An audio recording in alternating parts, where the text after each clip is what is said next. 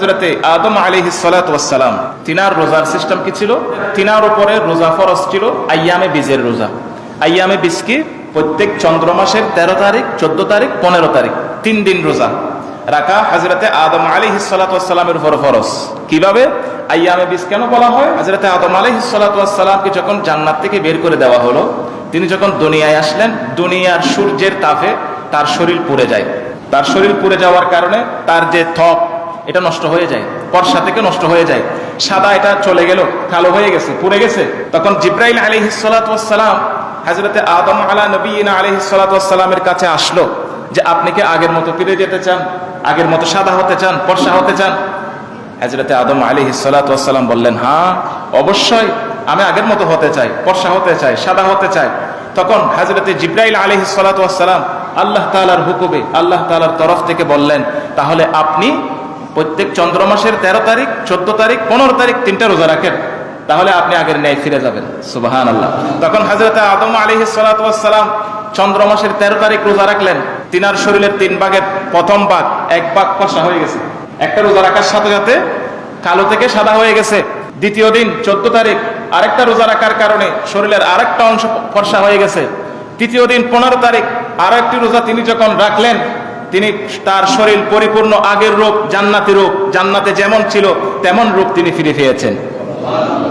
এটা ছিল তার উপরে ফরজ। সেখান থেকে, সেই সময় থেকে তিনি যতদিন ছিলেন, তিনার সিলসিলা যতদিন ছিল, ততদিন তিনার উপরে 13 তারিখ, 14 তারিখ, 15 তারিখ হযরতে আদম আলাইহিস সালাতু ওয়াস সালামের উপরে রোজা ফরজ ছিল। তাহলে এক মাসে যদি 3টা করে হয়, 12 মাসে 3 12 34, তার মানে 1 বছরে 34টি রোজা তার উপরে কি ছিল? ফরজ ছিল।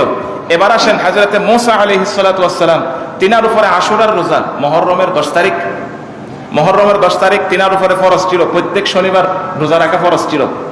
তাহলে 52 সপ্তাহ, এক বছরে সম্ভবত 52 সপ্তাহ, 52 সপ্তাহের মধ্যে যদি প্রত্যেক শনিবার রোজা থাকে তাহলে 52টি। তারপরে যদি মুহররমের 10 তারিখ হয় তাহলে কয়টি হয়? 53টি মোট তিনি রোজা প্রত্যেক বছর, অর্থাৎ প্রত্যেক শনিবার এবং মুহররমের 10 তারিখ তিনি রোজা রেখেছেন হযরতে মূসা আলাইহিস সালাতু ওয়াস সালাম। সর্বশেষ আমরা যদি দেখি হযরতে ঈসা আলাইহিস সালাতু ওয়াস সালাম, তিনার উপরেও রোজা ফরজ ছিল। কিছু কিছু রিওয়ায়াতে পাওয়া যায় মাহে রমাদানুল মুবারকে তার উপরে রোজা ফরজ ছিল, তিনি রোজা রাখতেন।